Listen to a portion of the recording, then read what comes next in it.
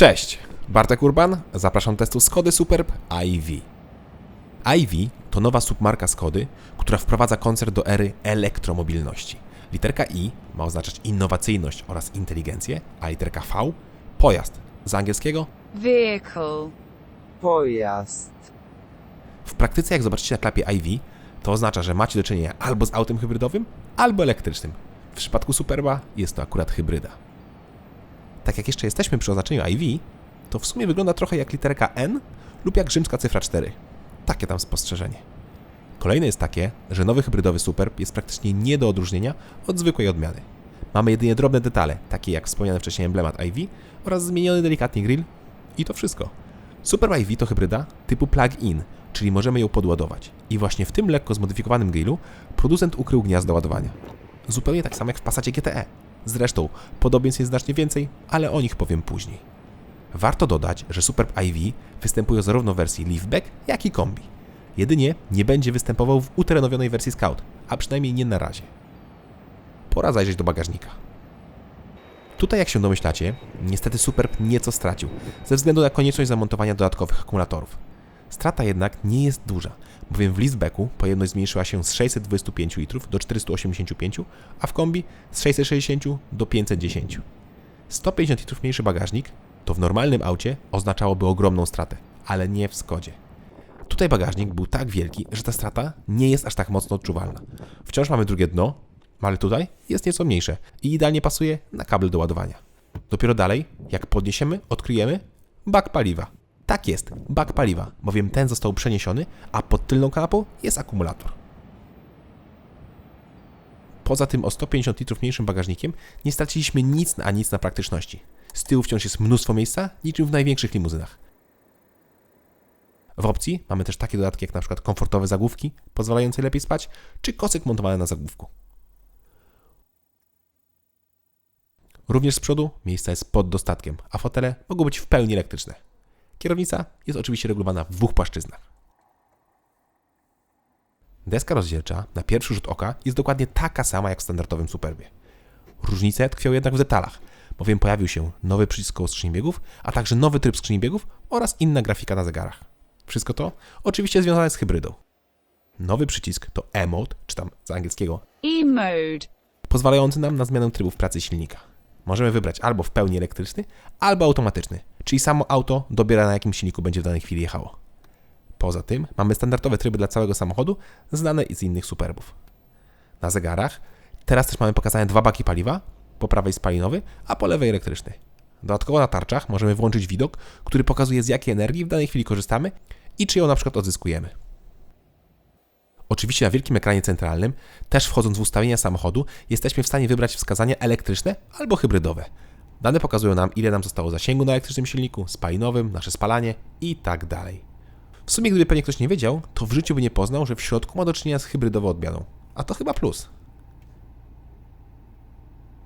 Jak na Skodę przystało, w środku mamy też mnóstwo rozwiązań z Simply Clever, jak rozkładane haczyki w bagażniku, parasolki w drzwiach, skrobaczka we wlewie paliwa i tak dalej.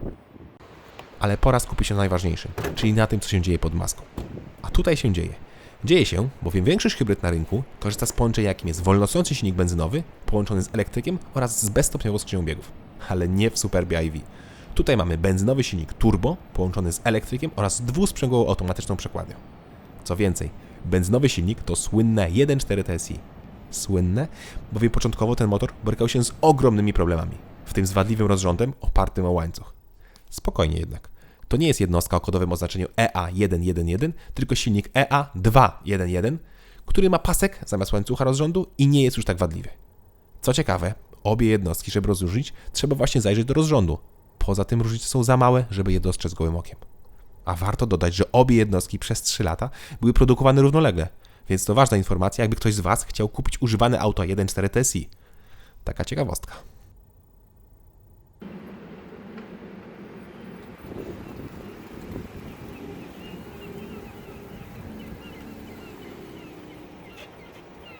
Tak więc pod maską pracuje poprawiony silnik 1.4 TSI, który generuje 156 koni, a także jednostka elektryczna o mocy 115 koni. Wartość sumaryczna takiego układu to 218 koni i 400 Nm, bowiem moce te nie sumują się. Do setki hybrydowy Super przyspiesza w 7,7 sekundy, a jego prędkość maksymalna to 224 km/h. Bardzo ładny wynik, chociaż szkoda, że Skoda hybrydowa występuje tylko z napędem naprzód, bowiem z tak dużym momentem mocny start ze świateł zawsze skutkuje boksowaniem kół. Z drugiej strony właśnie 190-konny diesel również potrzebuje 7,7 sekundy do pierwszej setki, a jest o 28 koni wolniejszy. Ale ma właśnie mniejszy moment, bo 320 Nm, a to z pewnością łatwiej początkowo przynieść na asfalt. Za przeniesienie napędu na koła w hybrydowym Superbie odpowiada automatyczna dwusprzęgowa skrzynia DSG, a dokładniej model DQ 2400E. Jest to skrzynia o 6 biegach, która świetnie sobie radzi z tym zestawem. Biegi, jak i napęd przepinane są w pełni transparentne, a my poznamy to jedynie po tym, że nieco mocniej szumi w kabinie, jak się włączy spalinówka. I to wszystko. Poważnie, kabina jest świetnie wyciszona i nawet jak jedziemy 120-130 km/h, w środku jest cicho. Tak jak mówiłem wcześniej, auto ma dwa tryby, w pełni elektryczny albo automatyczny. W pełni elektryczny oznacza używanie niemal tylko energii zebranej w akumulatorze o pojemności 37 Ah, mogącym magazynować 13 kWh. A to oznacza, że możemy przejechać nawet do 55 km na samym elektryku. Tak przynajmniej twierdzi Skoda. Mi udało się zrobić niemal równe 41 km na samym elektryku, ale była to jazda około 5 km w mieście, a reszta to już trasa, gdzie momentami jechałem po 120 km/h i nie miałem gdzie odzyskać energii. Myślę więc, że te 50 km w mieście jest spokojnie do zrobienia. Swoją drogą do 120 km/h udało mi się rozpędzić na samym elektryku, a producent mówi, że da się nawet i 140. Nieźle. Warto też jednak pamiętać, że jak wklepiemy pedał gazu do oporu, to zawsze obudzi nam się silnik spalinowy. Czyli przy kickdownie odżyje nasze 1.4 TSI i w sumie nie dziwne. Zazwyczaj wklepujemy do oporu, jak potrzebujemy wykonać szybki manewr, więc przyda nam się każda moc. A jak o mocy mowa, to jest też tryb Sport, czyli maksymalne osiągi, kosztem oczywiście szybszego zużycia baterii. Coś za coś. A co jak się rozładują akumulatory? Wtedy musimy niestety je naładować, bowiem same podczas jazdy się nie naładują więcej niż na kilka procent. W sumie mi nie udało się nigdy doładować więcej niż do 2%. Ale te 2% już praktycznie cały czas w mieście jest i się doładowuje, a to pozwala na odcinku mieszanym zrobić spalanie na poziomie 5 litrów. Jak jechałem non-stop 100 km/h na samym spalinowym silniku, to spalanie oscylowało około 7-8 litrów. Lepiej więc jest jednak naładować. To możemy zrobić na dwa sposoby. Albo z gniazda 230, albo ze stacji ładującej 3,6 kWh. Z gniazdka ładowanie trwa ponad 5 godzin, a ze stacji 3 godziny 30 minut. Czyli jak na przykład jedziemy do pracy, to spokojnie zdąży się doładować w czasie naszej pracy ze zwykłego gniazdka. Oczywiście zakładając, że mamy dostęp do gniazdka w pracy czy przede wszystkim w domu. Wtedy takie auto ma największy sens. Niezły jest też teoretyczny łączny zasięg, który wynosi 850 km. Realny jest pewnie około 100 km mniejszy, ale to i tak bardzo ładny wynik. Zbiornik paliwa ma 50 litrów. Obecność akumulatorów oczywiście zwiększyła masę Superba o 135 kg, ale w moim odczuciu nie wpłynęło to na prowadzenie. Auto prowadzi się dokładnie tak samo jak ze zwykłym napędem.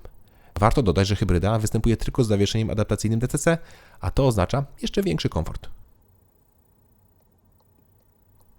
Przed podsumowaniem jest zazwyczaj cennik, ale w tym wypadku cena Superba hybrydowego nie została jeszcze podana. Cennik oficjalny będzie w przeciągu kilku dni, chociaż cenę można już łatwo oszacować, patrząc na inne rynki i na cenę np. Passata GTE, który jest mechanicznym bliźniakiem Superba EV. Stąd też moim zdaniem podstawowy Super będzie kosztował około 157 albo 158 tysięcy złotych w cenniku podstawowym. Jak tylko pojawi się cennik, to dużo z tą informacją w opisie pod filmem albo w pierwszym komentarzu. Co ciekawe też, Superb EV nie będzie występował tylko w najdroższym poziomie wyposażenia. Będzie też takich jak Ambition czy Style. A to oznacza, że jego cena będzie pewnie droższa o około 8 tysięcy złotych od najmocniejszego 190-konnego diesla i o 3 tysiące złotych od najmocniejszej 272-konnej benzyny. Czy zatem Skoda Superb EV to dobre auto? Oczywiście. Bardzo przestronne, ładne, szybkie, a do tego naprawdę oszczędne. Ale żeby w pełni poczuć zaletę jego oszczędności, to potrzebujemy garażu z gniazdkiem, albo co jeszcze lepsze, miejsca w pracy, gdzie możemy doładować samochód. A wtedy możemy zrobić i 50 km za darmo. A 50 km to jest raczej dystans, którego 80% kierowców nie wykonuje więcej jednego dnia jeżdżąc do pracy.